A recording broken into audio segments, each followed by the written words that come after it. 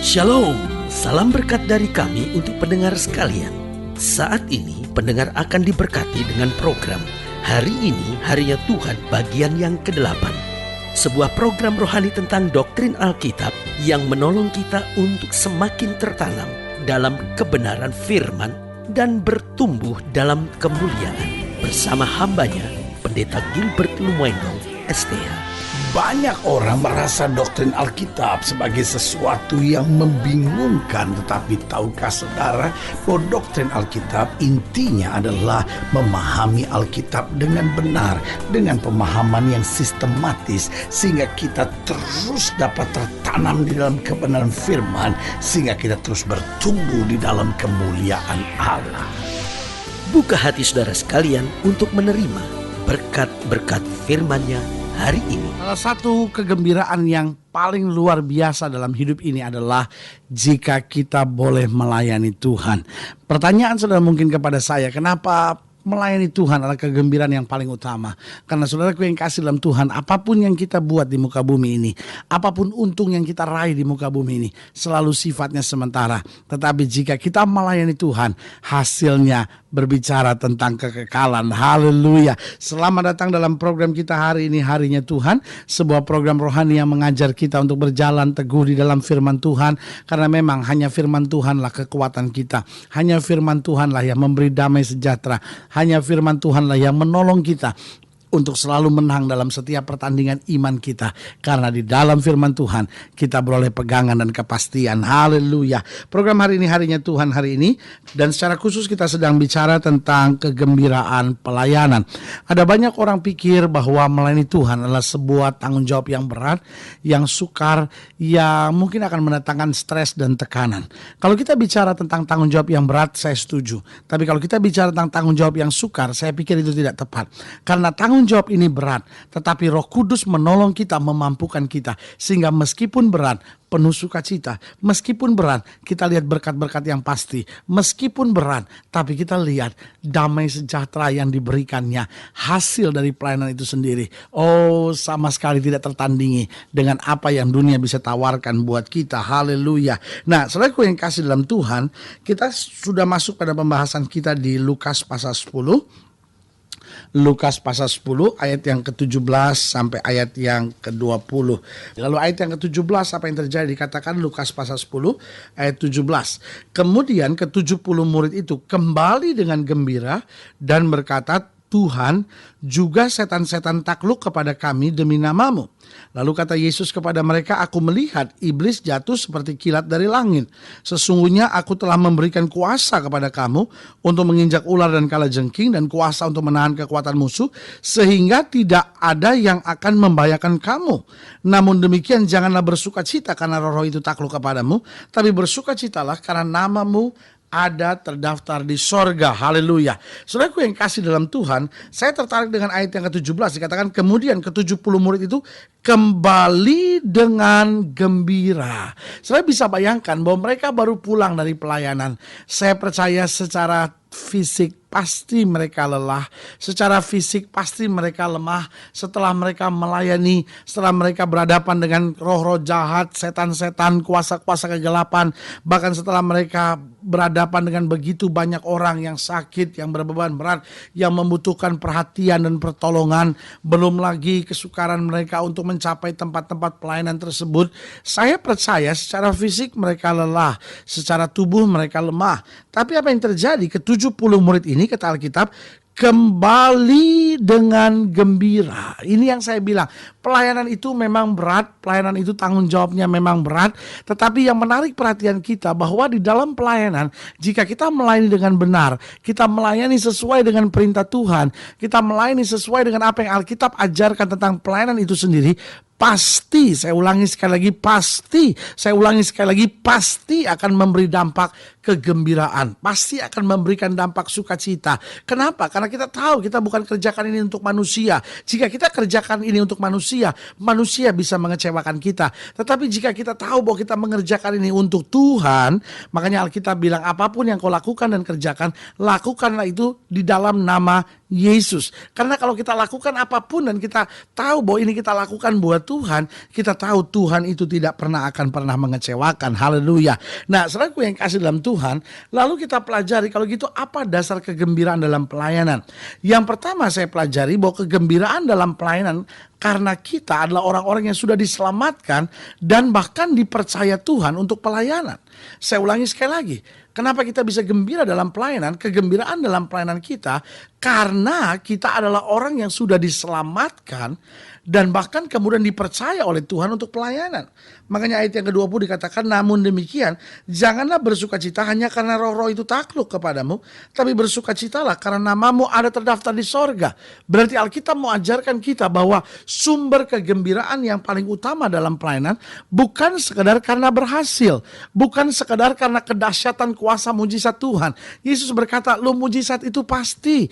Yesus mau bicara dan tekankan bahwa hidup Kristen adalah hidup yang menang demi kemenangan. Dengan lain kata, bahwa hidup Kristen seharusnya merebut mujizat, merebut kemenangan. Tetapi jangan sampai hanya fokusnya hanya pada mujizat, sehingga kita lupa bahwa kita sebetulnya orang-orang yang sudah diselamatkan. Dan akhirnya kita mulai dipercaya Tuhan untuk pelayanan.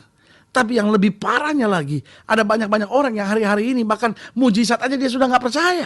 Mungkin dia berkata bahwa ya saya percaya pada Yesus, saya melayani dia, tapi saya tahu bahwa mujizat sudah berlalu. Saudara gue yang kasih dalam Tuhan, ini sangat bodoh karena Yesus dan mujizat tidak pernah bisa dipisahkan.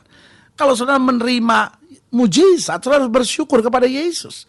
Dan kalau saudara percaya pada Yesus, saudara akan lihat mujizat. Kita nggak bisa pisahkan keduanya. Yesus dan mujizat ada dua hal yang menjadi satu. Yesus sumber segala mujizat. Ya kan? Berarti kalau kita percaya pada Yesus, kita akan alami mujizat. Kecuali kalau kita menolak. Kecuali kalau kita tidak percaya. Saya percaya Yesus tapi saya tidak percaya mujizat. Nah ini persoalannya. Ada banyak orang akhirnya gak ngalamin. Tapi yang harus kita jelaskan bahwa kegembiraan dalam pelayanan karena kita sadar bahwa Tuhan sudah selamatkan saya dari dosa. Kalau Tuhan gak selamatkan saya akan tetap hidup sebagai orang berdosa. Tapi Tuhan sudah selamatkan. Dan sekarang setelah diselamatkan, saya bisa diselamatkan saja sudah mujizat. Saya sudah diselamatkan saja sudah bersyukur. Tapi saya bangga karena bukan hanya saya diselamatkan, tapi Tuhan mulai percaya dan mempercayakan tugas sehingga saya bisa melayani Tuhan. Berarti kalau kita bisa melayani Tuhan, itu adalah sukacita yang tersendiri. Saudara boleh seorang direktur bank, saudara boleh seorang general manager di kantor saudara.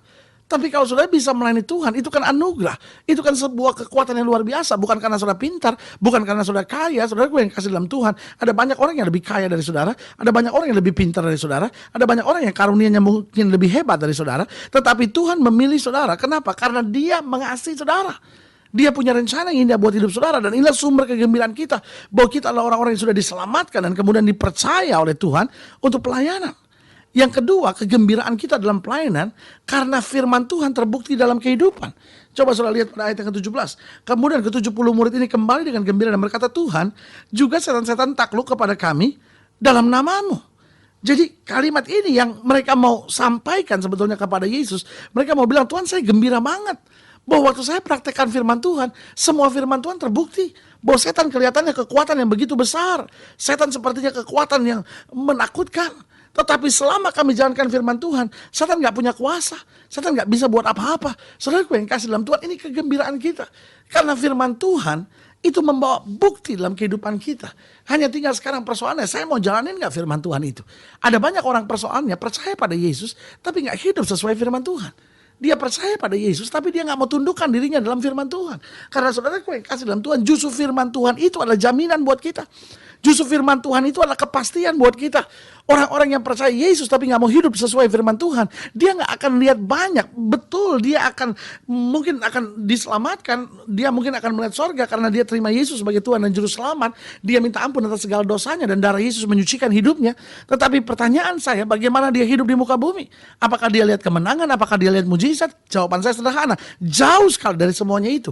Karena justru kemenangan, mujizat, kekuatan kita raih justru di dalam firman Tuhan. Karena itu saudaraku yang kasih dalam Tuhan, kegembiraan kita adalah bahwa setiap firman akan terbukti dalam kehidupan kita. Alkitab berkata langit dan bumi boleh lenyap, tetapi firman Tuhan tinggal tetap. Alkitab berkata satu titik pun dalam Alkitab tidak akan berlalu sebelum itu digenapi. Karena kita punya Allah yang tidak berubah dulu, kemarin, hari ini, sampai selama-lamanya. Itu sebabnya Daud dengan tegas berani berkata bahwa firman-Mu adalah pelita bagi kakiku dan terang bagi jalanku. Artinya selama aku berjalan dalam firman Tuhan, aku tidak akan melihat masa-masa kegelapan. Selama aku berjalan dalam firman Tuhan, segala sesuatunya akan terbuka jelas dalam kehidupanku. Karena firman Tuhan itu sendiri yang menerangi dalam kehidupanku. Haleluya. Berarti yang pertama, apa kegembiraan kita dalam pelayanan? Karena kita adalah orang-orang yang sudah diselamatkan dan kemudian dipercaya oleh Tuhan untuk pelayanan. Yang kedua, apa kegembiraan kita dalam pelayanan? Karena firman Tuhan terbukti dalam kehidupan kita sehari-hari. Haleluya. Dan yang ketiga, yang terakhir, coba saudara lihat pada ayat yang ke-17 dan ayat yang ke-18 sampai ayat yang ke-19.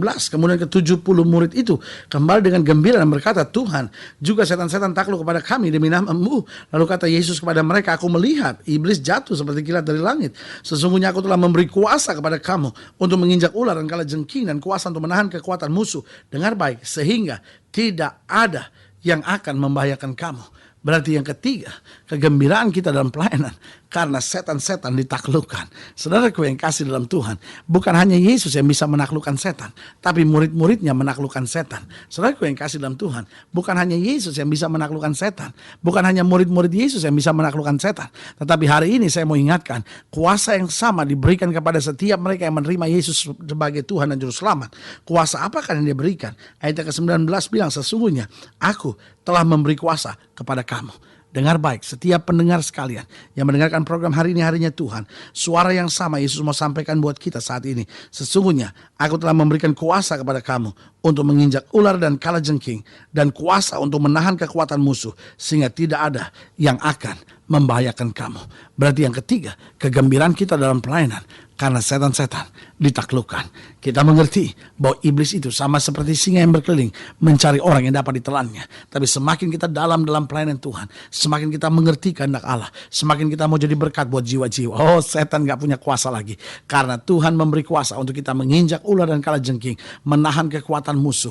Karena Alkitab berkata setan ada di bawah telapak kaki orang percaya. Haleluya. Ini saatnya buat saudara untuk tetap bergembira, bersuka cita, dan bilang, Tuhan, saya gak mau jadi orang Kristen yang diam-diam saja. Saya mau jadi orang Kristen yang terlibat dalam pelayanan. Saya menjadi orang Kristen yang ngajak orang lain untuk pergi ke gereja. Saya menjadi orang Kristen yang bicara tentang kasih Tuhan dimanapun aku berada. Saya mau bicara tentang Kristus supaya nama Tuhan dipermuliakan. Dan bukan hanya itu, saya mau melayani Kristus dengan hidup yang benar, hidup yang suci, hidup yang memuliakan Tuhan, sampai orang melihat hidup saya dan dapat berkata, sungguh Yesus hidup di dalam dirinya. Haleluya. Berarti orang-orang yang paling berbahagia di muka bumi ini adalah orang-orang yang melayani Tuhan dengan sukacita. Haleluya. Saudara gue yang kasih dalam Tuhan, kalau saudara ingin dilayani lebih jauh, hubungi kami melalui surat, hubungi kami melalui telepon, kunjungi website kami, karena kami ada untuk membawa Bapak Ibu Saudara senantiasa lebih dekat pada Tuhan, mengalami kasih, kuasa, mujizat yang luar biasa. Haleluya. Kalau saudara ingin didoakan secara khusus, mungkin saudara sakit, mungkin saudara berbeban berat, atau mungkin saudara sekarang ini merasa nggak bisa untuk melayani, atau mungkin saudara tadinya melayani dan hari-hari ini sudah mundur dari pelayanan itu, dan saudara tahu bahwa ini tidak kebetulan saudara mendengarkan program ini, taruh tangan kananmu di dada dan saya mau doa buat saudara. Atau mungkin saudara seorang pelayan Tuhan yang merasa hari-hari ini berat beban saudara. Ingat, melayani Tuhan adalah sumber sukacita sejati di muka bumi ini. Kalau saudara ingin didoakan secara khusus, saudara juga boleh taruh tangan kanan saudara di dada. Kita doa. Bapak, hamba doa buat yang sakit, hamba doa buat yang berbeban berat, hamba doa buat mereka yang sedang ada dalam pergumulan. Hamba percaya bagi Allah tidak ada perkara yang mustahil. Mereka yang tadinya melayani Tuhan tapi mundur, mereka yang melayani Tuhan dan sedang lemah, Bapak berdoa kuatkan di dalam nama Yesus, karena kami percaya Engkau tidak berubah dulu, kemarin, hari ini, sampai selama-lamanya. Di dalam nama Yesus kami rebut kemenangan, kekuatan, damai dan sukacita yang dunia tidak akan pernah bisa berikan buat kami. Di dalam Yesus kami berdoa. Haleluya. Amin. Saudaraku yang kasih dalam Tuhan, kita sudah berdoa. Ingat, Tuhan tidak pernah lalai menepati janjinya. Ini saat saudara untuk bangkit, bersuka cita, bersemangat menghadapi segala perkara, karena Dia Tuhan yang hidup, yang tidak pernah mengecewakan kita. Dan karena itu doa saya menyertai saudara. Jangan lupa, jadikan hari ini harinya Tuhan. Haleluya.